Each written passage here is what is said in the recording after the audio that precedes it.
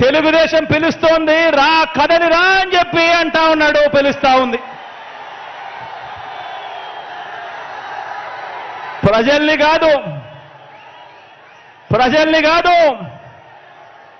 పార్టీలను పిలుస్తా ఉన్నాడు, దత్తపుత్రుడిని పిలుస్తా ఉన్నాడు. నేనిచ్చే ప్యాకేజీ కోసం రా కదలి రా అని చెప్పి దత్తపుత్రుడిని పిలుస్తా ఉన్నాడు. వదినమ్మను పిలుస్తా ఉన్నాడు. కమలం పార్టీలో చేరి అక్కడ నా మనిషిగా రా కదలి రా అని చెప్పి వాళ్ళ వదినమ్మను పిలుస్తా ఉన్నాడు.